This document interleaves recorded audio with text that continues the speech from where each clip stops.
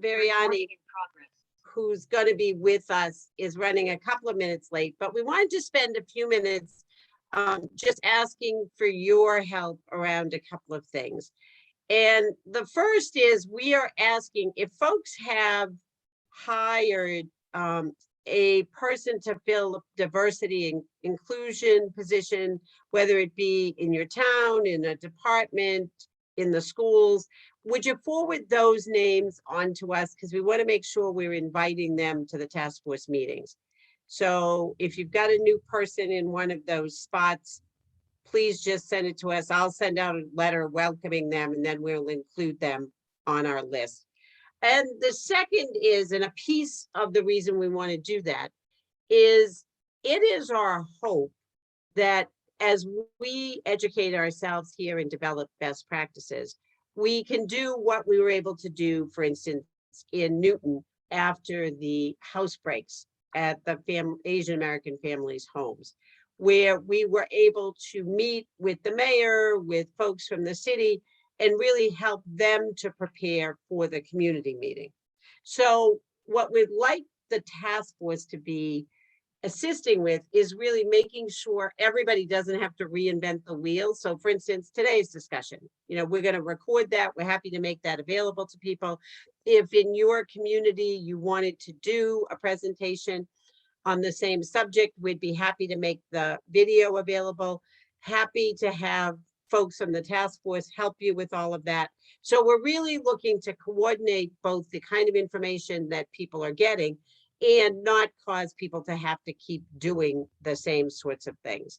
So we're going to begin this morning by taking a look at the incident reports that we've received since we last met, give you a chance to see where those came from.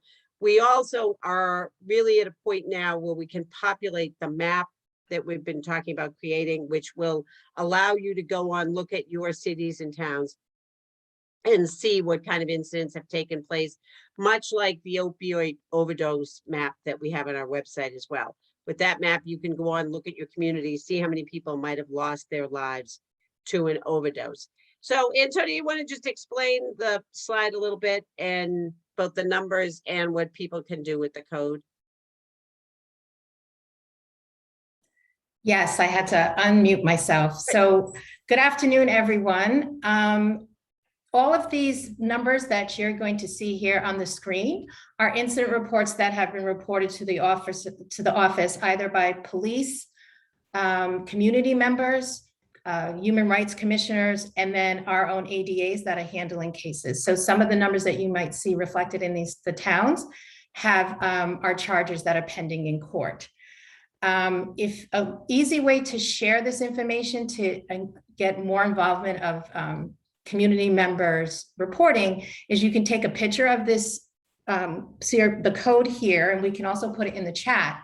And that'll bring you directly to our webpage where you can fill out the report. It collects information about who is reporting the incident, who else knows, whether there's police involvement. And once we capture that information, as Mariana says, we will eventually create that map that'll show where we're getting incident reports. And then once we do that, we can do some interventions within that community to help around those issues. So since the last time we met in May, these are all the incident reports that we have received from the following towns within our county. And I will say, since the incident report, we've begun getting this information through the incident reports. Parts of the county are using it more than others. And I think that is, as we spread the word and we get this information out and we share the links through our police departments, we also are going to do more work in getting this link out so people can use it. Now that school's in session, definitely schools are going to start sharing it with their parents and their community members. Again, the point of our collecting this information is for those situations based on hate and bias that are happening in the community that might not get to the level that it is going to be prosecutable, that we can press charges against, but it definitely is something we want to be aware of and track and follow to make sure that we're not seeing small incidences bubbling up into something much more serious, and then we have more court involvement. So if you want to take a picture with your cell phone, of the code, and you'll see that it'll take you right to the report, and you can see how you populate it and what it's being asked. And if it's easier for you to share this through your community or post it on your webpage, or maybe put it on your signature link on your emails, that will be great. That'll help us spread the word and get more engagement in filling out these reports. Thank you, Mary. Thanks. And those reports that you see are really coming to us in any way. It's either somebody filling out the form, it is somebody has been in contact with the police department and they have told us about it. It is somebody being arrested for an incident that we're charging as a hate crime incident. So that can be coming from a variety of sources. And I want to take, anybody have any questions about the report or how to use the report or the tallying we're doing with that? Okay, seeing none. I wanted, just before we hopefully are ready to go with our presentation today, I want to talk a little bit about the fact that usually I talk about our next meeting at the end. I know sometimes people have to jump off and I want to be sure to get this to people. Our next meeting will be December 2nd from 10:30 to 11:30. And at that meeting, we will have with us the FBI director of the new anti-hate program they've put together. You may see the billboards that they've been putting up. The FBI has been doing a lot of work around recognizing, as we have in putting together this task force, how important it is to address these issues. So the agent in charge will be with us to talk both about what they are doing, some really public safety protection tips, and ways that communities can participate with them. So I just don't want to miss anyone who jumps off early for some reason. All right, turning to, and I see Professor Variani here, so I'm happy to introduce her. You know, there is no dispute that over the last few months, we have seen lots of debates, discussions, news stories around the issue of critical race theory and its potential impact, particularly on students and communities. Unfortunately, those conversations have in some places caused disruptions.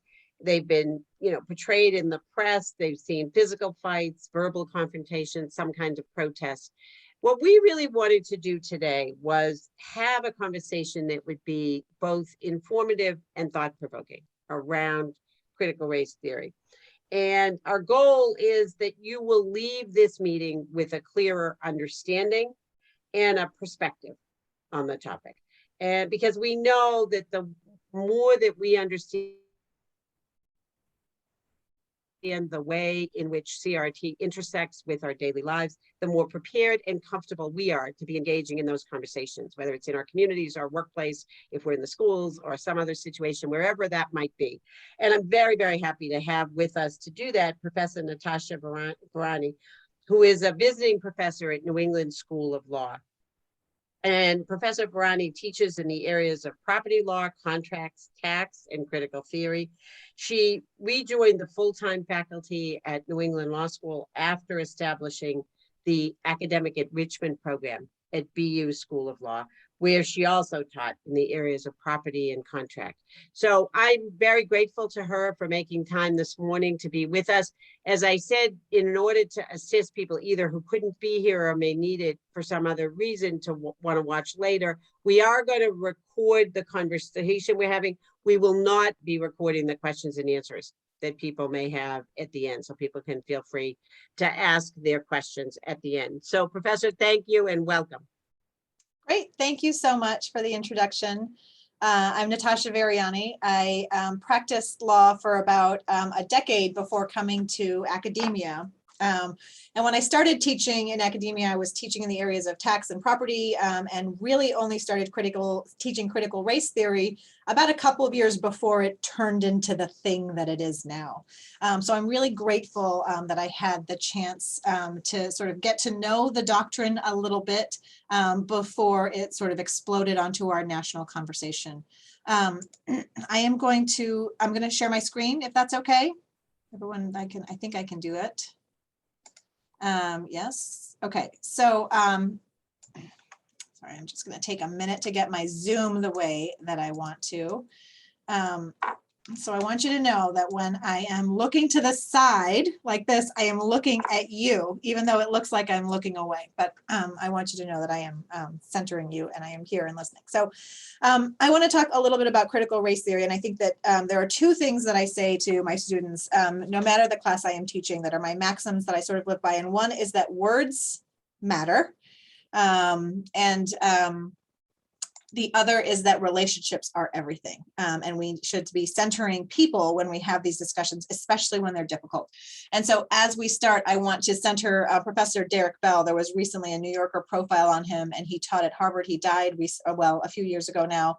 And he is widely credited at being the founder of critical race theory, though truly it was an effort that was joint. So we are going to talk today a bit about critical race theory, and I want to take another moment, since words matter. We will be centering people all the time in this discussion, but in the vein of words mattering, I want to let you know that I will be using the words black and white to describe races, and there are other words that you can use to describe each of those. And I also want to emphasize that I am going to be describing people by their race all the time. And that is something that we fail to do often when we are describing white people. And you will notice that there are times where it is uncomfortable to refer to people as white people. And that is because we are accustomed to only racializing certain groups.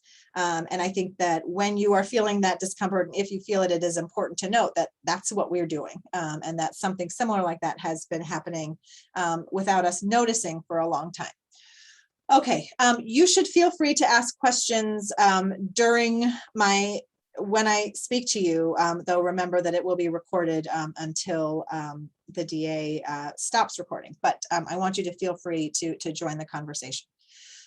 So in 1989 in Wisconsin, there was a conference of law professors, which Derek Bell and many of his colleagues attended, and that is widely thought to be the place where critical race theory was born. And I want to emphasize that when we are talking about what critical race theory is, we are centering this on the tenets. Critical race theory is a legal doctrine. I teach it here at the law school. When I teach it here, it is an upper level course. And the reason for that is because it relies on knowledge of the common law. It relies on having completed your first year of law school with all of those core courses and an understanding of the systems and frameworks that exist in the law all around us all the time.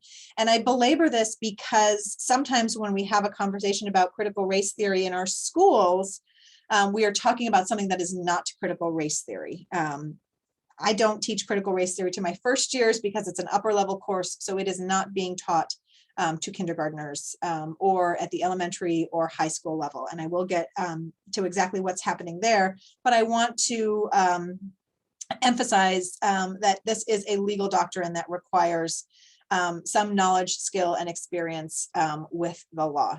Anybody can understand it, but it is a legal doctrine. So there are some tenets of critical race theory, and I'm going to go through three of the main ones right now. There are five major ones, but the three the first one is that that race in general is a social construct, right? We have these ideas and we treat different groups and communities in different ways, but truly there is evidence that race is a social construct, and that is really an important foundation on which to think about this legal doctrine. And we have jurisprudence, we have court cases where the United States Supreme Court has considered the ways in which race is a construct that we make up as we go along. And the case that I'm talking about was decided almost exactly 100 years ago, and it was about someone named Bhagat Singh Thind, who is Sikh, and his origins are from the Caucasus in Asia. And so they were thinking and talking about the applicability of the Naturalization Act. And at that time, you needed to be white or Caucasian. And Mr. Thind argued that he was from the Caucasus, and so Caucasian. And the court really marched through an analysis of why he's not white the way that we meant in that statue. He's from the Caucasus, but not Caucasian, because his language was different, his culture was different, and went through, he looked different than the people that we consider white. And so it's really important for me to remember that this is a framework that exists in our laws. And this is a case, if you're interested, that was decided by the Supreme Court in 1918. And full disclosure, I'm South Asian too. This is a different, I'm not bringing this case up because I'm South Asian, but because it is, I think, it illustrates very well how the law has participated in this concept that race is something that we collectively decide socially. Okay, so the first, we're going to start with race is a social construct. That is one of the tenets of critical race theory. Professor Bell's really big contribution that most frequently gets talked about when we think about critical race theory is called interest convergence. And that is a lot of fancy words to mention that, to really think and talk about the ways in which the law and policy moves only when it's good for both sides. So Derek Bell worked on Brown v. Board of Education, one of the separate but equal school segregation cases. And he did a lot of work in the courts about to do with civil rights and to varying degrees of success. And it was his opinion that all of the movement that we had in civil rights, including the package of legislation that we think of as the civil rights movement, and sort of the social change that we had in the 60s and 70s, was not a result of what happened with the law and the courts, but happened instead because of interest convergence. Also at that time, Professor Bell sort of looked around and understood that there was a Cold War going on, and that on the international stage, Europe was looking at the United States and at the time the USSR and thinking about their relationships with us. And for the United States, that was an important thing. And the way that we dealt with race in that country before the civil rights movement was problematic for the Europeans. And so this is sort of how the concept of interest convergence functions. Professor Bell said, well, it wasn't the actual legal battles that we did in this country that made for change. It was when the interests converged, when it was good for the United States for us to make progress on civil rights. That's when we did. And there are a lot of different ways. This is sort of what we describe as critical thinking. When you take a step back and really look at what all of the parties are dealing with, and these are always nuanced discussions. These are never there's very little black and white here, but the concept of interest convergence is a really interesting one through which to view the lens of our legal and non-legal history in this country. So interest convergence and sort of the progress of race in the law is one of the things that Professor Bell was constantly thinking about. And he also thought about it in a lot of other different and very specific contexts. The next and last tenet that I'm going to talk about as we, very briefly describe, and so remember that I spent an entire semester on critical race theory in the law and still don't have enough time. So for me to do it in this 20 minutes is truly the tip of the iceberg. The last tenet I want to talk about is that of intersectionality. And that is the recognition that we have a lot of different parts of our identities, and that has a legal effect, right? And so there is a lot of work about intersectionality is credited to Professor Kimberly Crenshaw, who did some work, and that there's a TED Talk, if you're very interested in this, about a woman who was a Black woman who applied for a job at a factory as a receptionist. And she was denied the job. And when she sued for an employment discrimination claim, the factory said, well, we hire plenty of Black people because many of our factory workers are Black men. And then they said, well, we also hire plenty of women because all of the receptionists and the people who are forward facing are white women. And so when this Black woman came forward saying, "You've discriminated against me," and was unable to prevail, it was because of her intersectional identity. She was applying for a position that she was denied because she was a Black woman, because it was the intersection of a couple of different parts of her identity. And when we think about how those intersections work, sometimes the law fails to provide relief because of the way we present it in what we think is a value neutral way. It's not that. It's not the case that we can be that we're always being value neutral when we think we are. So when we are thinking about intersectionality and the ways that different parts of our identities impact our voices and our rights, that is, again, one of the central tenets of critical race theory. And there's always, when we were talking about critical race theory, a discussion about how to use anecdotes and data, stories and data, because there is a lot that you may viscerally feel like you know, but feel hesitant to say. So there is a need to pair data with stories. And sometimes the truth is that the data do not exist. And so there are some questions about how. That's why when we think and talk about critical race theory, gathering data is really important to be able to make these arguments in the law and in our lives. I'm going to briefly pause here before we think about what critical race theory is not, to see if there are any questions. No questions. I actually have one, if I could. Sure. So the question I have is because that, as you said, language matters, and this is a law theory.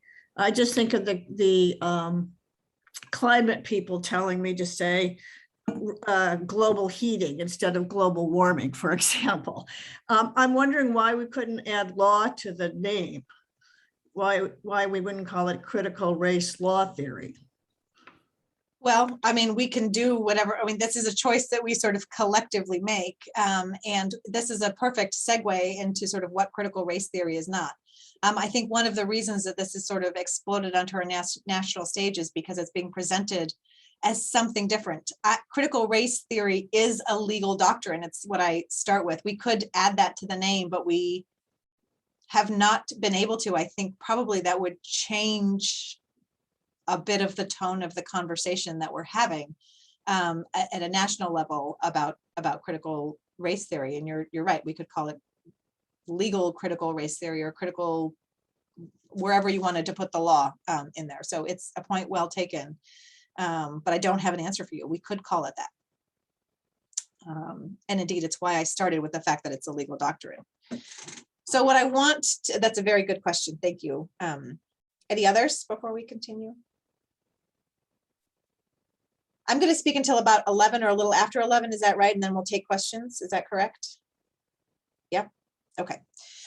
So what critical race theory is not is the history of the United States, right? So we have been, when we are thinking about interest convergence, it relies on understanding the history of the United States, but it is not the history. There are some facts about our history that are not legal theory, that slavery existed, right? That there were a set of laws that defined races with social constructs, that were some people who had access to property or access to loans to buy property. And all of this is codified in our history. So what critical race theory is not is history. And that sort of leads us to the question about the 1619 Project, which is another one of these flashpoints and is often represented as critical race theory when that is not truly what it is. It is helpful to understand critical race theory, but truly what the 1619 Project is a demonstration of our country's history with a little bit of a different lens, right? That focuses on different groups and people. And so I think when we talk about critical race theory and when there are concerns about what critical race theory is, one of my first things that I try to think about is, well, what are the facts and what are the legal doctrines? And excuse me, when we talk about the 1619 Project, that is US history, and that does have a place in our schools. I think, excuse me, I thought I had a sneeze, but I don't. When we think and talk about the 1619 Project, it is very easy for people who are white to be defensive about that, right? White people get defensive because their place in American history is not consistent with their self-identity. And that is another thing that critical race theory is not. It is not identity politics. Often white people are feeling a little bit defensive because their race is presented as a group that owned slaves, right? Or that engaged in practices that are inconsistent with the values and morals that we have collectively assumed are good today. And so when we think about the way that defensiveness functions, it for me is why we move away from the critical race theory legal doctrine and into being very upset because our history is not presenting us well. There is something that I refer to as the intent impact gap, and it has everything to do with that defensiveness that exists in the middle. So when we talk about history and when we talk about race, it can be very difficult and people will trip up. They will say things that are inappropriate. And that is, they may not have the intent to be racist when their impact is to make someone feel something very emotional. And when we should be focusing on the impact, right, of the impact of the person who has suffered something because of their race. And when we immediately turn the conversation to, oh, but I'm not racist, we are focusing on the impact and the character of a person when we would do better to focus on the actual what has transpired, focus on the harm suffered, how it was suffered, and why, right? So an example might be if, so for instance, I said, well, you know, this person owned, you grew up a slave, right? Your family was descended from slaves, right? I'm not racist. And a lot of times in our national conversation, we will spend a lot of time on me as a person who said your family is descended from slaves, not being a racist, when really we should focus on the impact of that. Why is that making someone feel a certain way, right? What are these sort of social things that have happened around that impact? And how have they impacted our identity?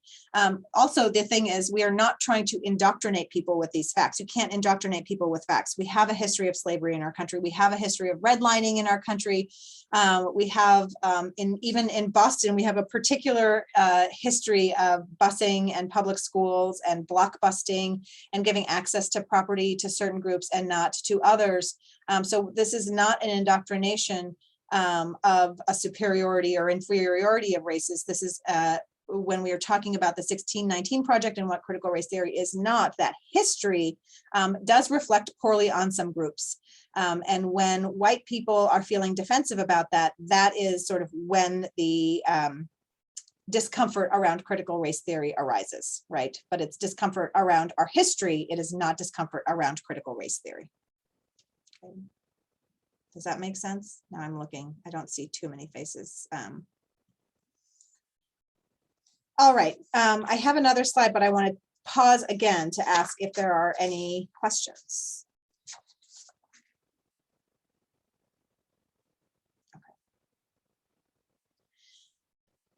So one of the, I'm going to go back to critical theory again, as long as we are a little bit more clear on what critical race theory is not.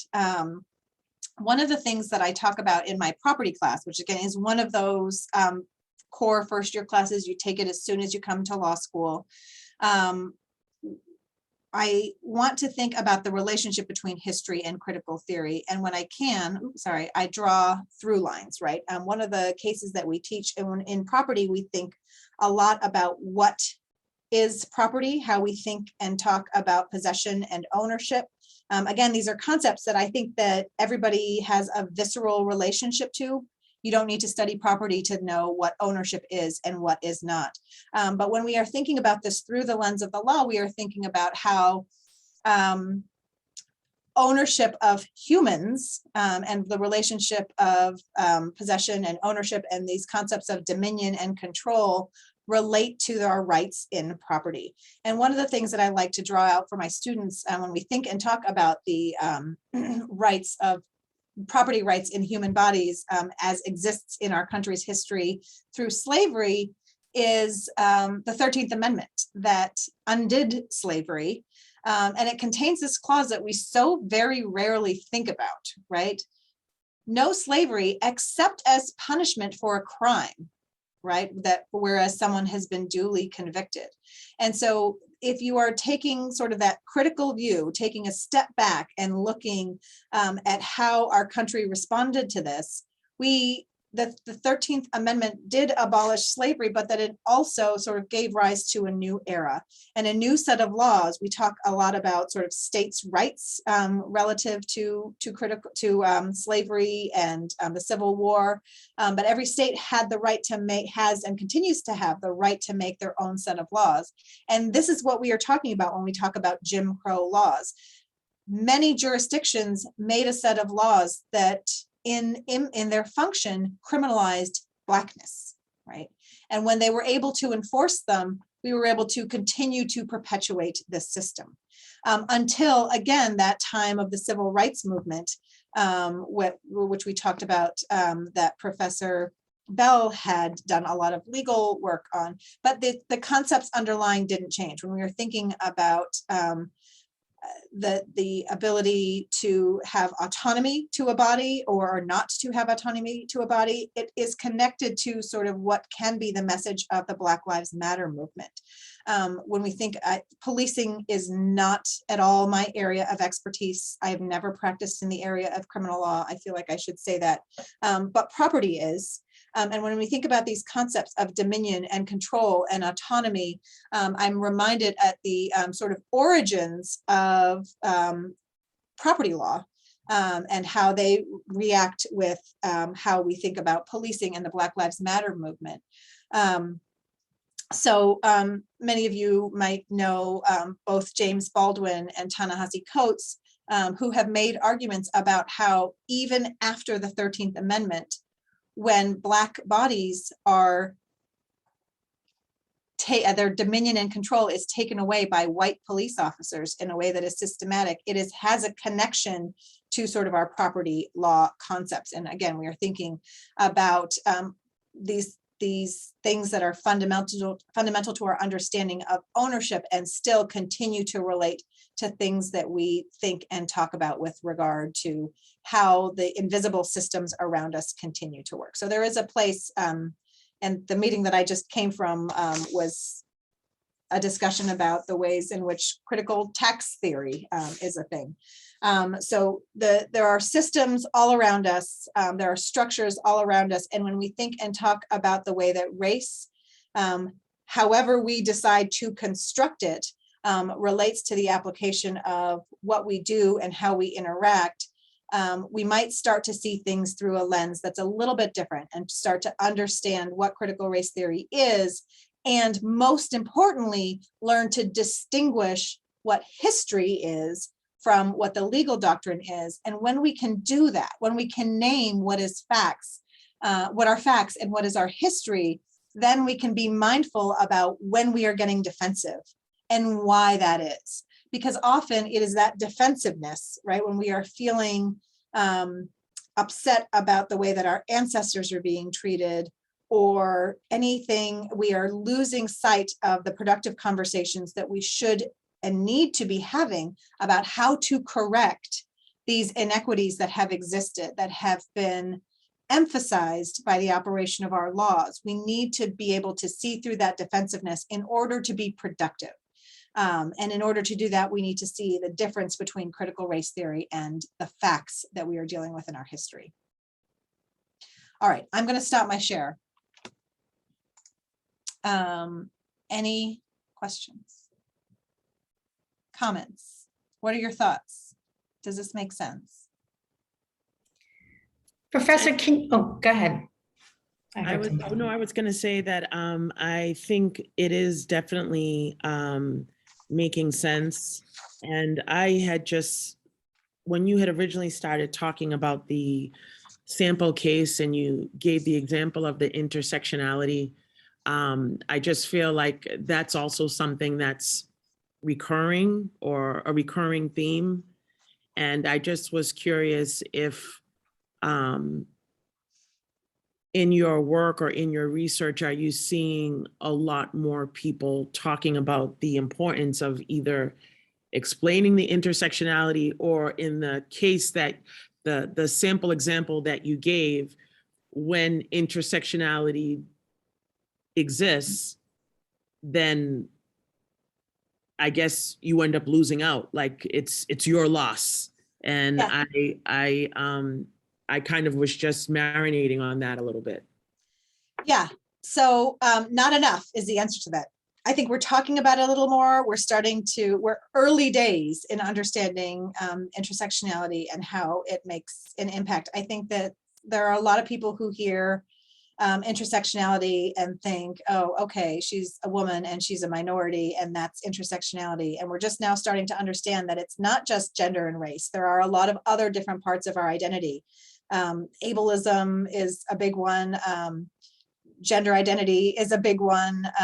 And so I think that we're just now starting to understand that there is, so I think about intersectionality as, I don't know if any of you are scientists, or I am not a scientist, but I have children who have a little bit of a microscope. I have a children's microscope. And so there is, you can really focus down in on something and see at a very granular level what's happening with an individual, or you can sort of zoom out and see what a big picture is. And when we look at intersectionality, there is sort of this, we have to toggle between doing these two things because people are important.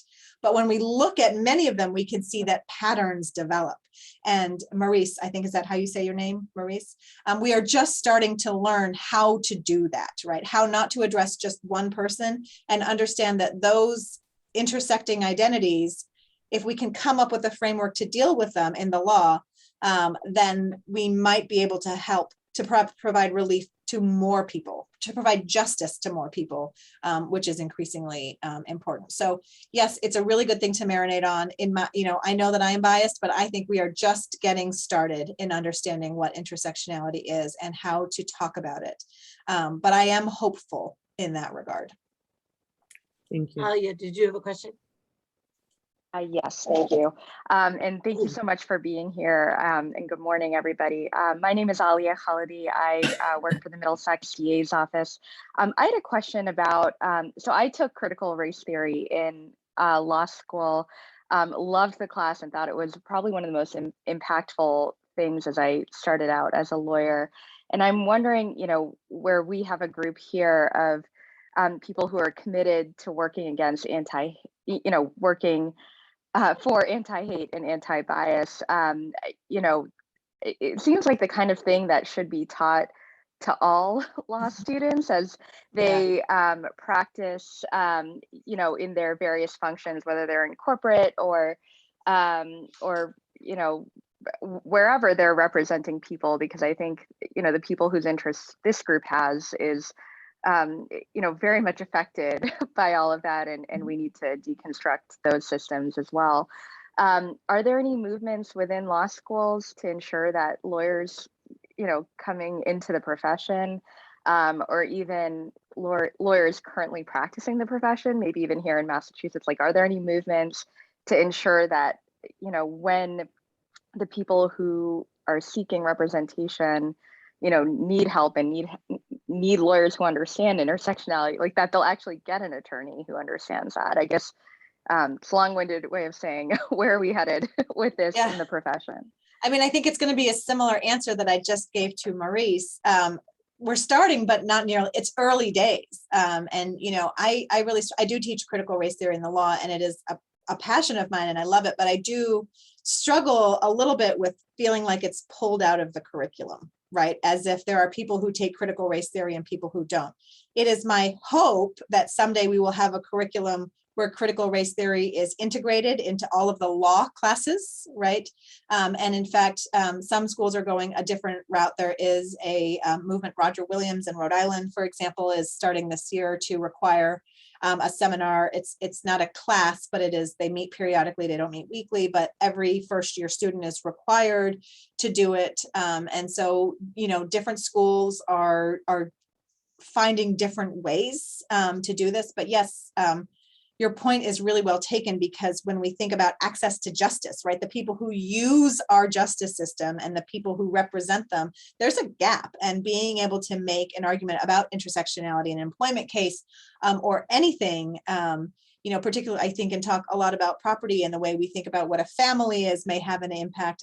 Being able to sort of have culturally responsive legal aid is really helpful, and it's early days, and I hope that we will get there soon. But I think one of the answers is to really rethink the way that this is not a question for some people, right? This is critical, using critical thinking skills makes you a better lawyer regardless of your race, and it is important for all of us, for our community, regardless of who you are, to be able to be skilled at doing this and having these conversations, even when they are difficult, because that is the way forward. And when we feel like, oh, well, I'm white, I don't have to do critical race theory, or this is not a class for me, that is a mistake, I think. And I think we're just sort of at the point where we're realizing that. I see that Kim Haley had asked in the chat, is there a way, this is sort of related, a best way to communicate to our schools that they're not teaching critical race theory. I've been just saying that, right? That this is United States history and not critical race theory. And for me, one of the things I do with my law students, I have children who are in an elementary school, and we think and talk a lot about, you know, the importance of culturally responsive text, but also trying to find, to really, my third grader is doing work about how to distinguish facts from opinions. And for me, the work that he is doing in third grade is consistent with the work that I continue to need to be doing